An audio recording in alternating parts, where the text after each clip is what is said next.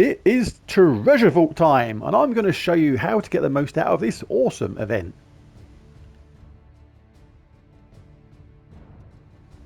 A Treasure Vault weekend is essentially 3 different stages. The first stage is where you're going to normally do lower level explores to obtain more verses and more vault keys. Stage 2 is where you're going to create a Gnome-A-Palooza, which is going to give you an absolute bunch of vault keys. And stage 3 is where you're going to turn in those vault keys and turn them into rewards. But each of those things needs to be done in a specific kind of way to get the most out of it. So let's go over those things one at a time. Stage 1 is all about obtaining vault keys and verses. When you play a game, a gnome will randomly come crushing into your game, and when you win that game, if they had a verse, if it was a verse gnome, you will then obtain that. Have a set of 1, 2, 3 and 4, and you will be able to craft a Nomapalooza in the Soul Forge. Freddy Fret Fiddler drops verse 1, you can see him there in the background. Cindy Savage Lips drops verse 2. Hoagie Humbucker drops verse 3. And Baz Bonebeater drops verse 4. So, the first stage, you want to pick on Bright Forest, Cinemirage, and Wild Plains. Typically, these contain some of the lowest level troops in the game, and as such, a nice, easy win. What you're going to want to do is pick your favourite fast team. There are Ironhawk teams out there. People will know about them if you have that, so I'm not going to go over those now. But this is my favourite kind of team for doing things really quickly. Leprechaun starts with full mana. The Mirage Queen is available from the Sunken Fleet in the Underworld and gives all elemental allies a 50% start. Rowan is an elemental. You just cast Leprechaun, get Rowan charged, cast Rowan, you win the game. It is that simple. And you get hero XP from this as well, which is really, really nice. So let's just do a quick set of these till I show you what I mean. You can take these if you want, there's no real need. Just cast Leprechaun, cast Rowan. Nice easy wins. I'll just go through this quick set. You can do the Ironhawk teams. The issue I have with the Ironhawk teams is they typically do 20 damage if you're using the build with greed and things like that. And when you get to the mini boss on these, they will sometimes have like a couple more health, which just suddenly stops you in your tracks and slows you down, and then you have to look for an extra skull hit or something like that. This is a very consistent team, nothing slows it down, and you can go in different kingdoms if you want to as well with this team. You're not actually limited to the 3 I just mentioned. As well as that, in the double greed, double Ironhawk team, you can use Sister Superior as well, but with that there's no hero, so you gain no hero XP. This team I'm using here is not limited by that factor. Let's do the mini boss. Let's see what they've got.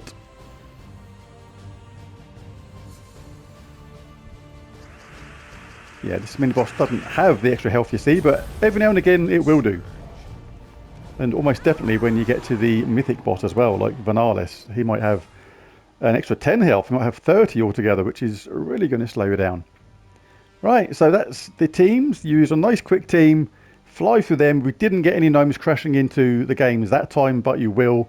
And when you do, collect verses 1, 2, 3 and 4. Check back in your inventory now and again. You can do this by bringing up the menu, going to your hero and across to inventory, push up to go to the bottom straight away, and this is how many verses 1, 2, 3 and 4 you have. Providing you have one of each, you'll be able to create a Gnome-A-Palooza, and that is stage 2. So let's start a Gnome-A-Palooza. Now what will happen is, as soon as you craft one of these, a 15-minute timer will start absolutely immediately. So immediately back out of the Soul Forge and go back to that level 1 explore with your fastest team, and be prepared for 15 minutes of doing things as fast as you can. Now you can craft more than one of these at a time. This will double the timer to a 30-minute timer. So if you're sure you're not going to be disturbed, then you can do more of these at once. 4 will obviously be a 1-hour timer, but it is real time. So do bear this in mind, because you don't want to start a long set of these and then be disturbed or forget you were doing them, go and answer the doorbell, be chatting there for 20 minutes and think, oh my god, I've just wasted 20 minutes of Gnome-A-Palooza time. So I'll show you what I mean. Let's craft one. It says skip and continue, and you want to do that, and you'll see that timer has already started. So we jump straight into Bright Forest, crack on, hit the continue button, nice and sharpish like. Now what will happen is all these 4 troops will get replaced with gnomes, and you're just going to go for it with your nice quick team. In this case we cast Leprechaun, cast Rowan. Bash that skip button. You'll be pressing the X button or whatever it is on your favoured console, PC, tablet, phone or whatever, in an effort to get the game speeding along nice and fast. I'll just do a few of these. I'm not going to do the whole 15 minutes. With this Rowan team, if you see a 4 match on blue or green, it is better to collect that right away, because you then save the animation time of Leprechaun. If you really want to save like split seconds here and there, it does make a difference, but you do miss out on the gold that you get from Leprechaun literally every single time. 20 gold every single time you cast Leprechaun, that really does add up on this sort of thing.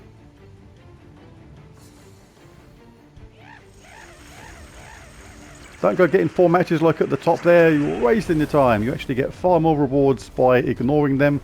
Only gives you 4 extra gold, or 5 if it was a set of 5 gem match. And this is where sometimes you can actually save time. Some of those Iron Hawk teams, sometimes they will stall ever so slightly. That's what I mean about getting the 4 match nice and quick.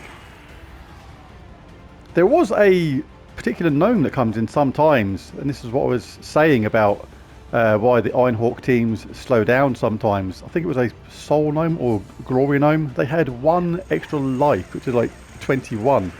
And they came in quite often, and that does actually slow the team. That one at the bottom there, look, 21. So with those Iron Hawk teams that typically deal 20 damage, that would actually stop on that, and they have 1 gnome left at the bottom on 1 life, which is really irritating, which is why I really love this Rowan team overall. Right, I'll just do a couple more of these, and I'll go back to the actual video, because this is what you do. You just quickly cane and cane and cane as fast as you can, killing troops, wiping out the enemy nice and fast. So my 15-minute Nomapalooza has just finished, and what you can do now, if you like, is go to your mail. You'll see you've got a load of messages here. Just claim all of these, you'll gain extra vault keys. Then if you like, you can pop back to your games section, go over to Gnome Vault and press the square button or the equivalent. I only had 1 before. I've now got 30, so that is actually a really good haul for 15 minutes. Gosh, I gained 29 in that 15-minute run. That is really good. Stage 3, and one of the most exciting times of all, especially if you're a newer player, the opening of your Gnome Vault keys. Now, as tempting as it may be, do not open these during the event, and the reason is quite simple. Basically, your time is much better spent doing those low-level explores, obtaining verses, creating Nomapaloozas, and using those Nomapaloozas during the actual event. This is going to give you the most vault keys, and you can open these whenever you like. So do it after the event. The rewards are not going to change, and you will get better and more rewards by doing this, because you simply gain more vault keys. Do not spend your time in the event opening the vault keys. You are going to lose out on vault keys and therefore lose out on rewards. Now, when it comes to opening your vault keys, make sure you do it on the hardest difficulty you are able to do. The reason is the percentage goes up of how much rewards you get, so it is really worth doing. So basically, just pick the same team you would normally do for a Explore level 12, your best, most powerful team, to make sure you get the most rewards out of this event. So there it is. There's my Gnome Vault guide. If you found it useful or helpful, it'd be really cool if you hit that like and subscribe button, because it really does help. But most of all, thanks for watching, and I'll catch you again next time. Bye for now.